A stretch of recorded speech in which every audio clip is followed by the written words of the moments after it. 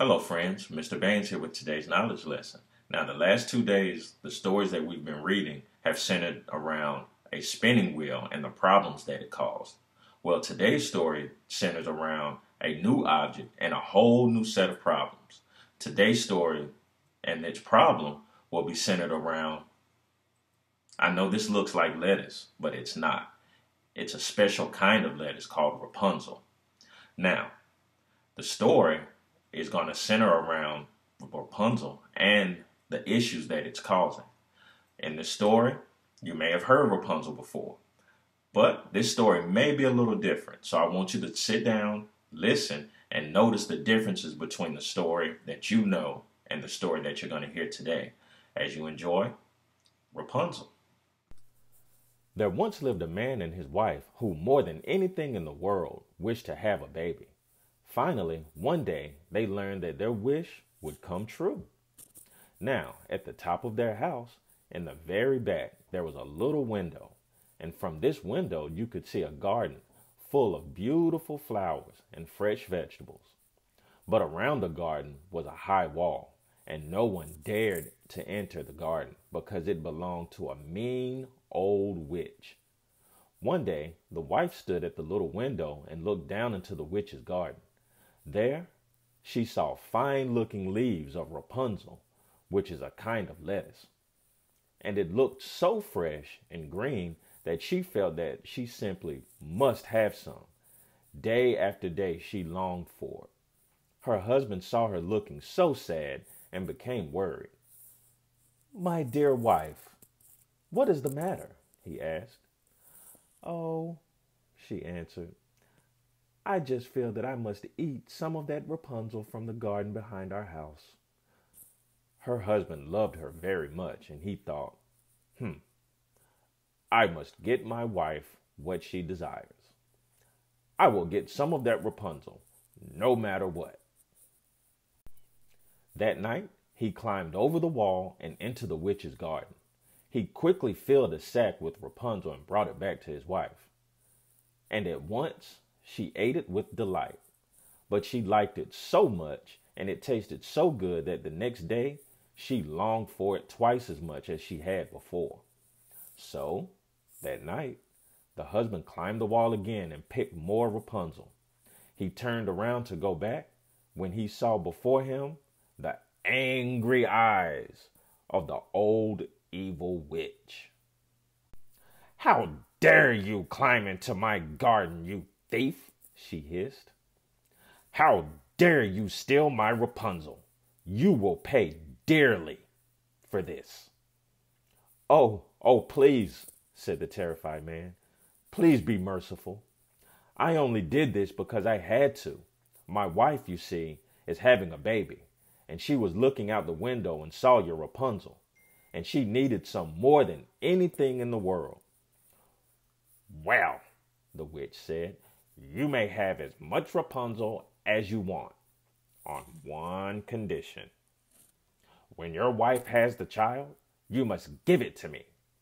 I will take care of the child like it's my own." The man was so flustered that he said, "Yes, okay," and then tried not to think any more of it.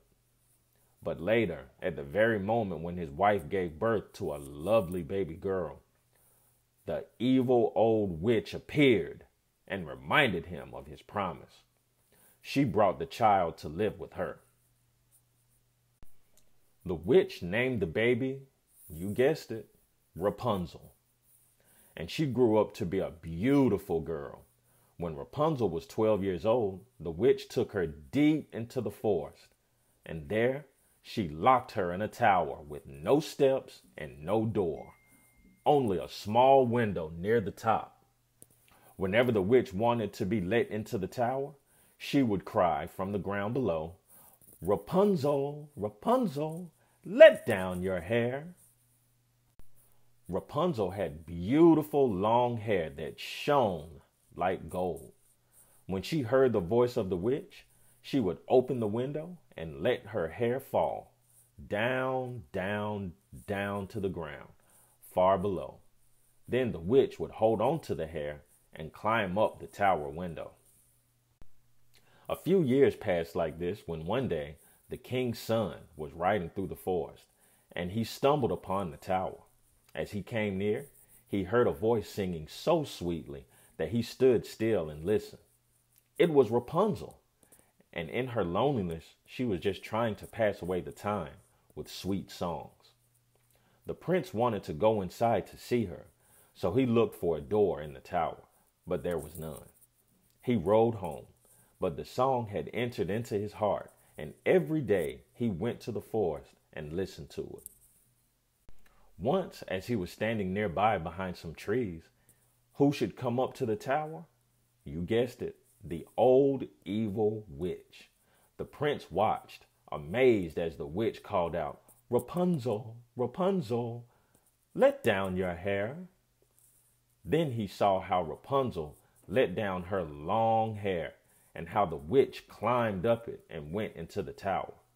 He thought, so that is the ladder. Well, I too will climb it. The next day, as dusk fell, he came to the tower and cried, "Rapunzel, Rapunzel, let down your hair." And she let down her hair and the prince climbed up. Rapunzel was greatly frightened when she saw the prince, for she had never seen a man before.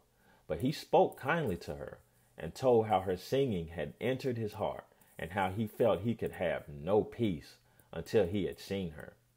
Then Rapunzel forgot her fear, and when he asked her to be his wife, she put her hand into his hand and said, "I would gladly go with you, but I have no way to get out. Do this for me. The next time you come, bring a bundle of silk. Then bring some more each time you come, and I will make a ladder of it. When it is finished, I will use it to climb down from this tower, and then you will carry me away from here on your horse." They agreed that he would come to her every evening, since the witch only came in the daytime. So things went on this way until one day, Rapunzel, without thinking, said to the witch, "Why do you climb up so slowly, while it takes the king's son only a moment?" "Oh, you wicked child," screamed the witch. "I thought I had you hidden here from all the world, but you have betrayed me."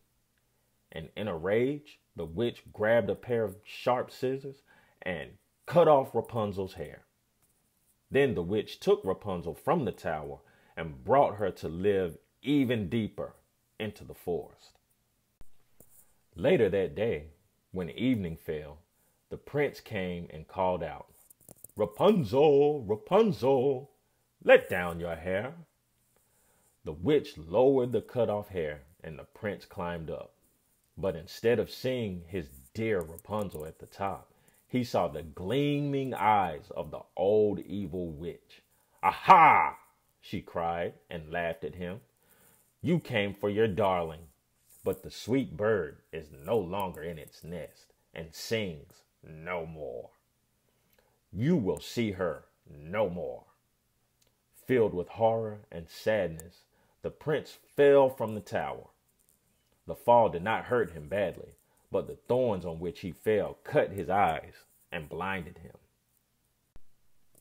So blind and alone, he wandered in the forest for several years, eating only roots and berries and weeping over the loss of his dear Rapunzel. At last he came to a place in the forest where Rapunzel herself was wandering.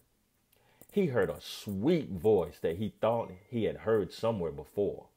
When he went toward the sound, Rapunzel saw him, wrapped her arms around his neck, and wept. When Rapunzel's tears touched the prince's eyes, magically he could see again. He was both happy and amazed because he thought he'd never see his dear Rapunzel ever again. And so the prince took Rapunzel to his kingdom to be his bride, where she was welcomed with great joy. They were soon married, and they lived happily ever after.